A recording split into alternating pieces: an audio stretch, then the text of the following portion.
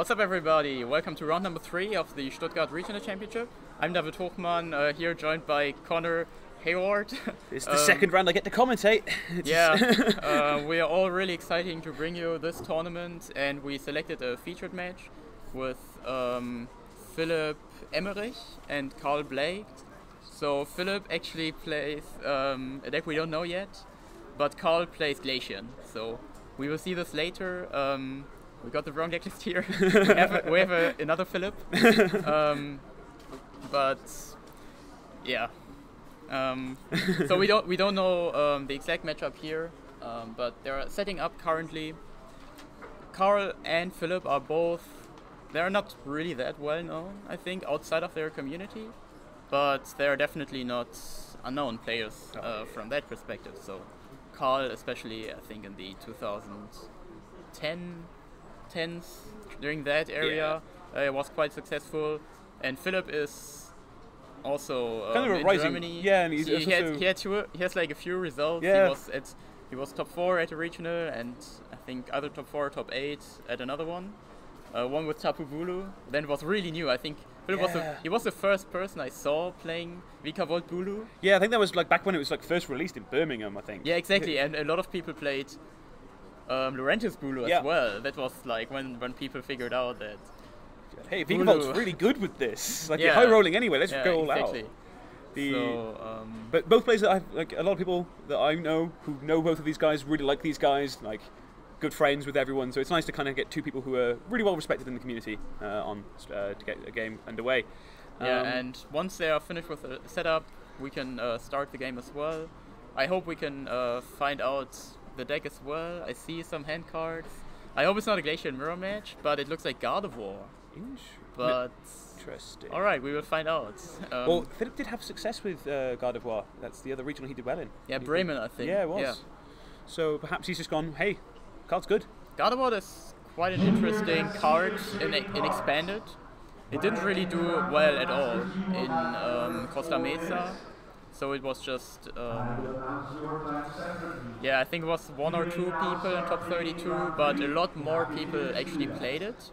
So kind of not that representative to say. And the unfortunate thing is here in this matchup, the fact that people have picked Glaceon largely because of things like Zoroark, and it's a really good counter to shutting off the abilities, but Gardevoir is just as reliant on its abilities, looking to use to stack the energy, use Lele's to establish the board early, and immediately we see Karl find a water energy in his opening hand and play it down to get the Freezing Gaze Glaceon out. Looks like he's going to go make sure he's searching for his prize cards, which we can check now for both players. So we see actually opening the 2 water energy is with 1 water is very nice for Karl. He did prize a couple. And again, he's playing looks like a very similar list to what we saw from Adam last round. The unfortunate thing is for Philipp here, he has priced his computer search, which means that his access to early prize cards is important. He wants to be able to keep the combos going. One of the nice things about playing a stage 2 deck in Expanded is you have things like computer search to grab the combo piece to kick yourself off. But for Philipp this time, that doesn't seem likely. Yeah, and especially Glaceon isn't really a stage 1, it's like a stage 0.5, where it's like, just because you have the ability to evolve just by attaching, this makes it so much better. You can get the Glaceon in play in your first turn, and whenever you want, just put a EV on the bench, attach the energy, and then you're good to go. Philipp was able to get a Bridget without using Tapu Lele, so big relief for him. This is a big risk. If your opponent goes first and gets the Freezing Gaze in the first turn, then often you have an Ultra Ball in your hand, which would usually be perfect, but in this scenario it's just a card to grab you, maybe a Remoraid, maybe 1 Ralts, but here Philipp had the Bridget in his hand just right there. It looks like he's kind of dodged the Frost Bullet there by managing to open the Bridget.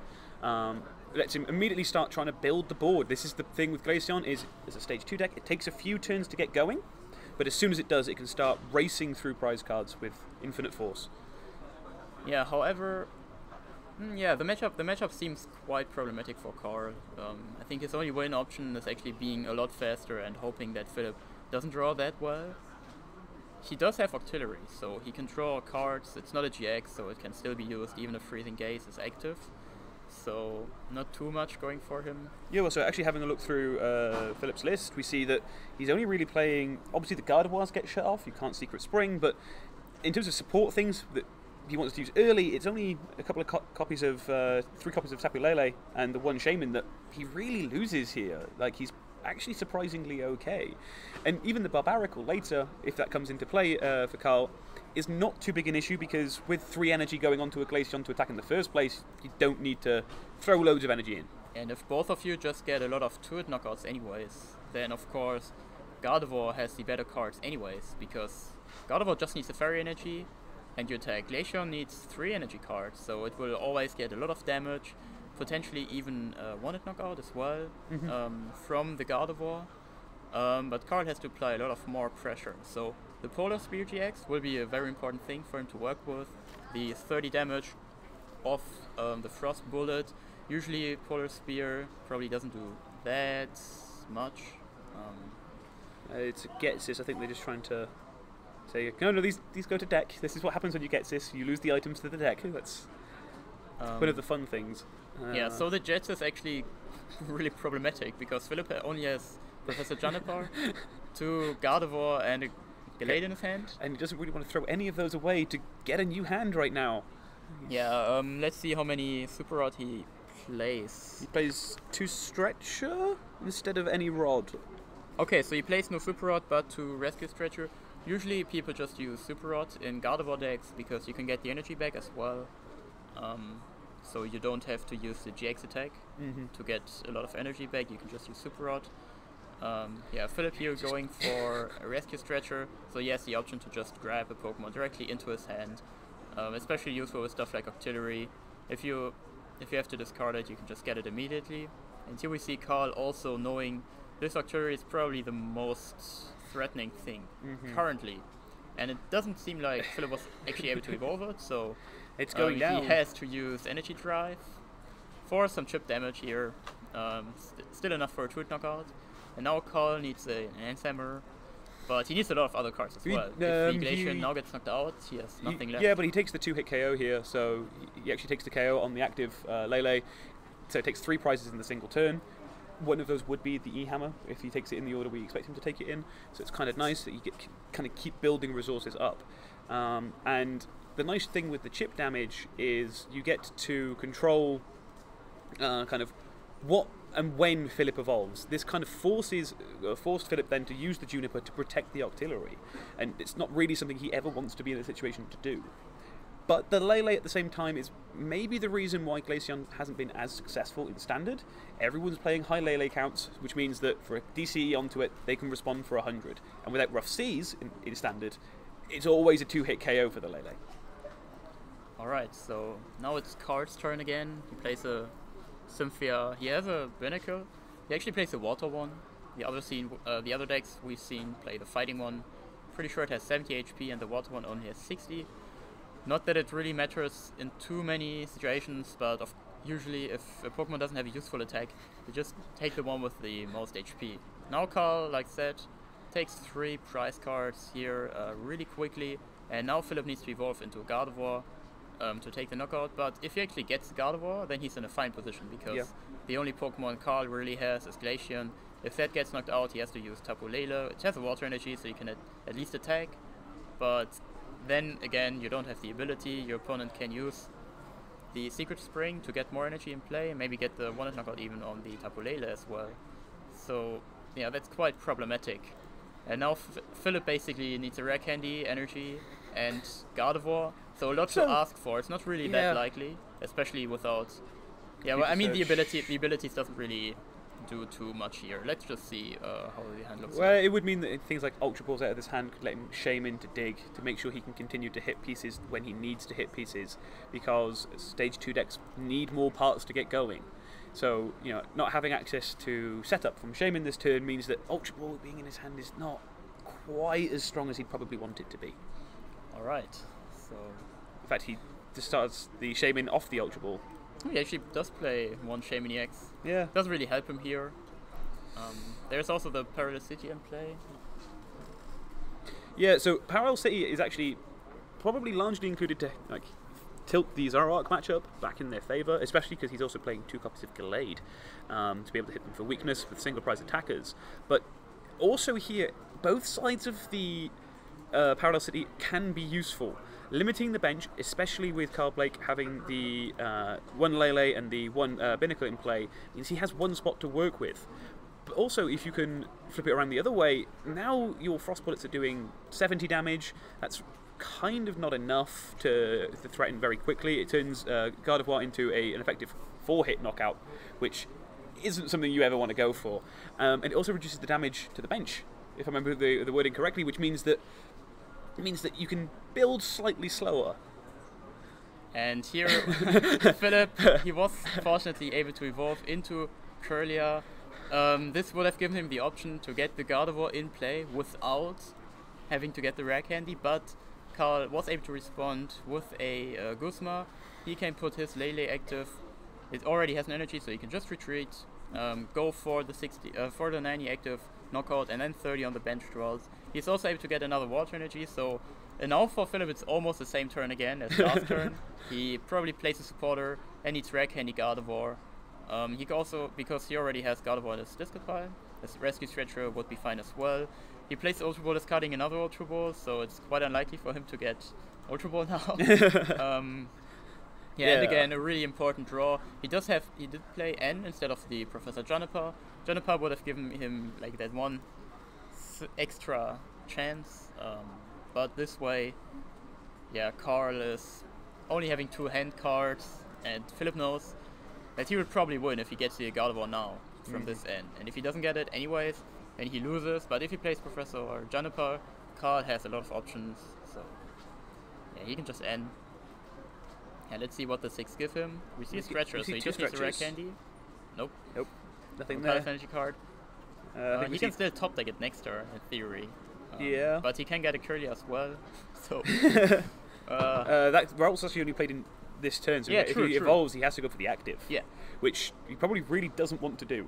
Yeah, I think he messed it up. Yeah.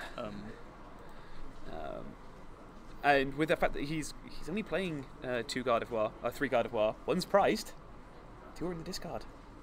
Oh, true. So he actually hasn't got a Gardevoir. No deck. So he has to use Stretcher this turn. Now he shuffles them back, and now we see the last version of try to draw Gardevoir next turn. Like, this is why checking your prize cards is such an important skill to be able to do early in the game, because you don't want to be digging for cards, then just go, oh wait, hang on. Yeah. They're not here. And the Rusty also putting in a lot of work. Now it's only 40 damage on the Glaceon, so 160 HP. Even the Gardevoir doesn't really help that much anymore. Well, he now needs to see extra energy. I completely forgot that as well. So, a Cynthia from Karl, so that's actually at least something. There is already a double colors energy card attached to the Ralts.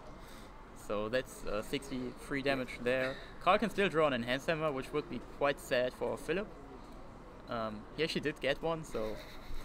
And there it is, yeah, it wasn't quite the Guzma to just take the 2 prize cards in the same turn, but it's very much an uphill battle now for Philipp. Just the earlier chance to not have abilities really slows down decks. It doesn't matter if they're trying to draw through their deck particularly quickly with Zoroark or Thin, or if it's just, in this case, they can't use Secret Spring to even reach a knockout should he hit Candy Gardevoir. So Glaceon puts in an awful lot of work, and we now see the Sudowoodo, Roborock Sudowoodo, maybe not necessary entirely in this matchup, especially with the current board state. Here it gives Philipp an option to kind of maybe Guzma and try and stall with it. He's gone through a fair bit of energy already. But instead of trying to dig, he just has the N in hand. So kind of a big turn if he finds a way of, I think it's energy, a Candy Energy and a Choice Band here would take the knockout. He's only playing 1 Choice Band, so not very likely, but if he can do that with the knockout, he puts himself in a fairly nice position with Karl only having 1 hand card. He has the Candy Gardevoir. So at least something. Yeah, but he still needs the Choice Band to take the KO, right? And even that's not enough, so he actually can't take the KO this turn. And without the GX attack being used, it looks, Karl's in a position where he can just declare Frost Bullet, attach an energy somewhere on the board and go, right, I need an energy to win. The only way for Philipp to win is to get he only plays one Max Potion to get that next turn. And then... Yeah, well, this is something interesting, is that by only playing the one Max Potion and not playing the Super Rod, this is quite a different list to what we're used to seeing for Gardevoir. Gardevoir very often has cards which does things like healing, it has things like, it has extra healing, it has the ability to recycle energy because it can just reattach them using Secret Spring. But actually in this matchup, maybe not banking on Secret Spring to reattach is particularly useful, right? You're in a position where even if you Max Potion, you need to find an energy at the same time. Yeah, and Karl is just preparing for the knockout anyways, so he has a 2 energy on his Tapu Lele now. With another double Karl's energy card, he can go up as well. So even if Philipp is able to take the knockout and has a Max Potion as well, he's really limited. And I don't know, probably most players would have just scooped quite early in the game, like realizing, okay, my first turns aren't good at all, I have no Gardevoir in play. So Philipp either thinks that the matchup is quite bad and he just needs to pull it through, which I don't really believe, or he thinks that it's that good that he will just win anyways, or even if he loses this game, he will definitely have enough time because the matchup is so good that he will just carry it through, and if that's the case, then of course he won't want to scoop. And here we see no Max Potion.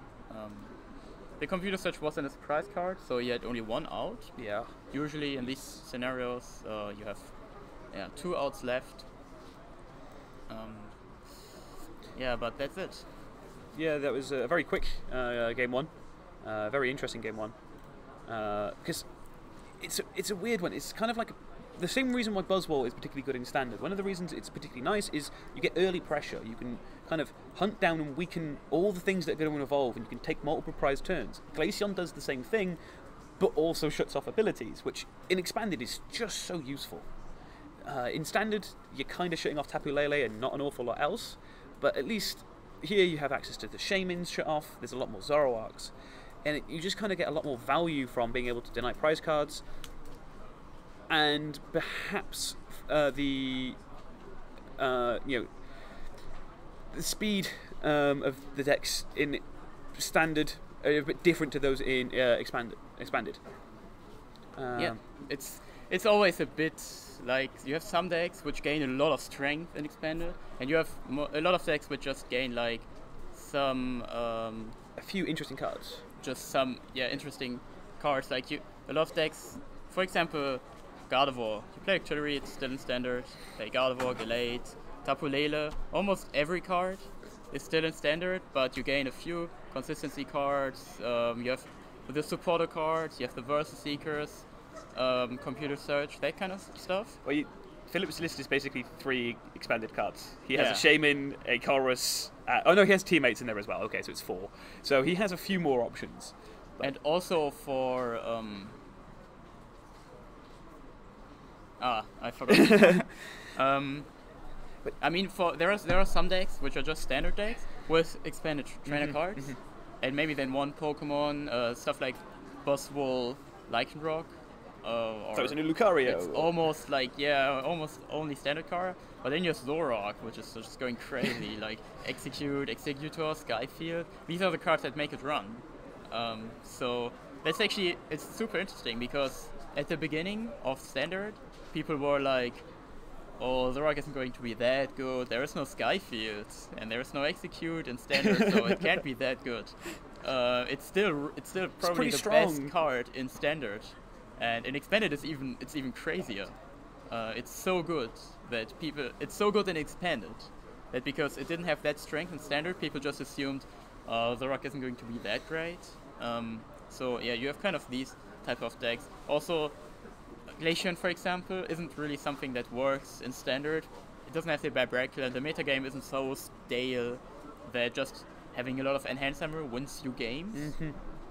So yeah, there's definitely that. This time, however, Philipp is going to go first. He got the Bridget as well. Second time. Quite nice. So no lock for Karl. As long as Philipp is able to get his Pokemon faster this turn, yeah, it should be a very different game. Yeah, well, looking at the prize cards, there's nothing particularly awkward prized for Philipp. There is the Max Potion, which you would like to get some value from, but it's not having the Gardevoir prize when you have to discard too early situation. It's a lot smoother. And at the same time, I think Karl would probably, like, if Karl could see his prize cards, he'd probably say the same. They're not that bad. The E-Hammer's kind of awkward, and having a VS Seeker is one less out to support us sometimes, but neither of these decks are playing kind of Battle Compressor to have immediate access to one-off supporters, so it's not too bad for them. And Philipp's turn 1 is actually really good. He has a Remoraid, he has all of his routes.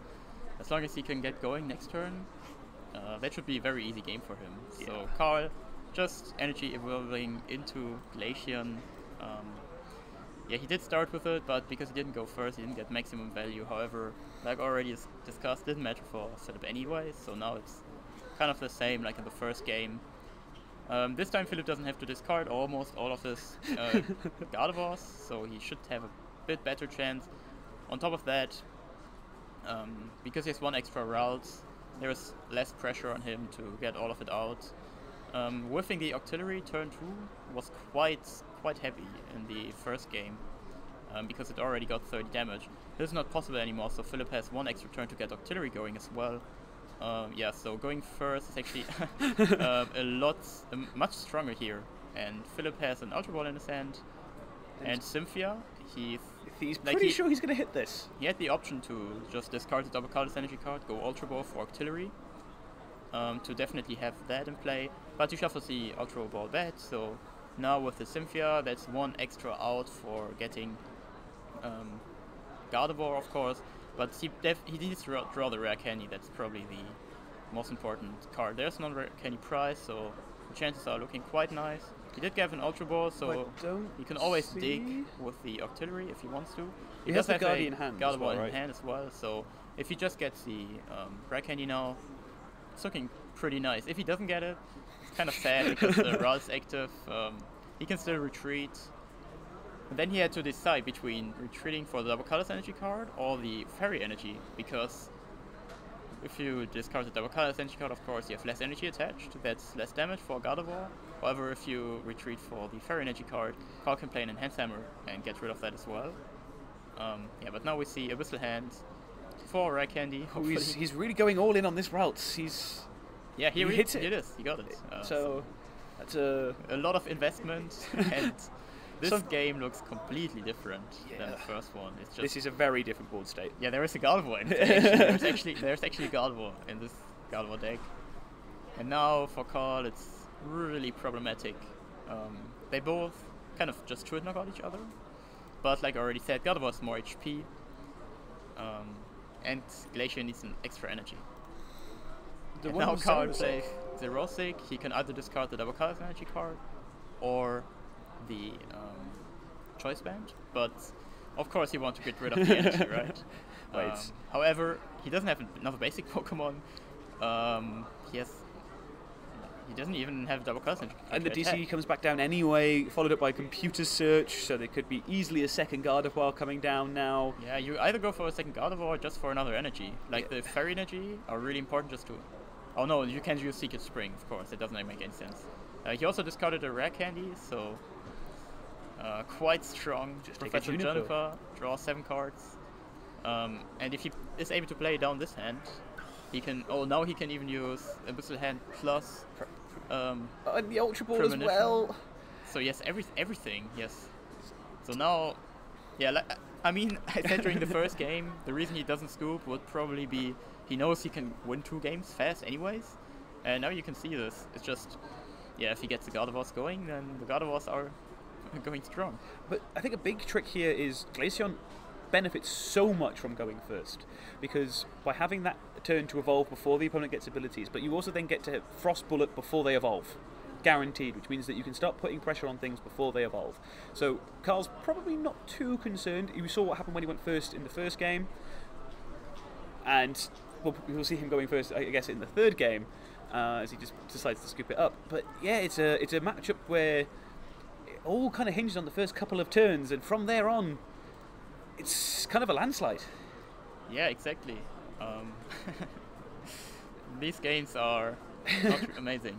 Like the first round was a mirror match, but now the second round and the third round is just Glaceon sitting there and the opponent either playing or not playing. Yeah, most likely not playing. But we actually now finished the list with all players, names and deck list. So from now on we can actually check the matchup first. Perfect. So hopefully this doesn't happen again. Philipp is so happy. He's like, such a stupid game for the stream. Yeah, but playing Gardevoir here might have actually been like an advanced meta call. He knows it can win against Zoroark. If everything is going fine for him, he can win, definitely. He has a lot of HP, and on top of that, the resistance. And he's teched it for it as well. He's playing the 2 copies of the Gallade and the 2 copies of Parallel City just to give himself the extra edge. The Colrus inclusion, one of the few expanded cards he's put in, benefits from them filling their bench with Skyfield. If they go all in to take a KO, you can just Colrus, draw a massive load of cards, and probably respond. Yeah, the one thing he doesn't play is Hexmaniac, which would be a bit more Zoroark hate. So if he plays Parallel City and Hexmaniac, and attacks with Gallade, there's almost no way that the Gallade will actually be knocked out. 3 benched Pokemon, no abilities. You can't use Propagation, so even if you get the Skyfield, you will have a hard time to fill your bench to go on the 150. 150 damage, that's 8 Pokemon in play, so 7 benched Pokemon, a lot. So that would be like the extra little bit of hate you can put in the deck, but of course you want to be as consistent as you want. Yeah, especially we saw in the first game, he didn't get the Gardevoirs, and if you don't have the Gardevoirs, nothing matters anyways. So yeah, so it's a big risk playing a stage 2 deck in a format, especially in expanded, which is just so quick. So many decks are either stage 1s or basics. Occasionally you see things like Maxis and Archies being thrown around to get stage 2s out in other creative ways. I really want to see Gardevoir. I really want to see Gallade, Gyarados. That'd be great. I like the deck a lot. It's probably not the best deck on stream, so maybe we'll show it later if we are out of interesting matchups. Dear. But so, not only is it awkward to start with the Binacle active, but Karl's prized 2 copies of his Eevee. Yeah. Which means he's really unlikely to find a nice early... Oh, he goes for turn 1 Delinquent. That's the desperation move. So there are 2 basic Pokemon, which means 5 cards left. So Philipp goes down to 2. If he has a supporter, that probably doesn't matter, but you see his only way is an Ultra Ball, so he has to discard everything for Lele, and then can grab a Bridget as well.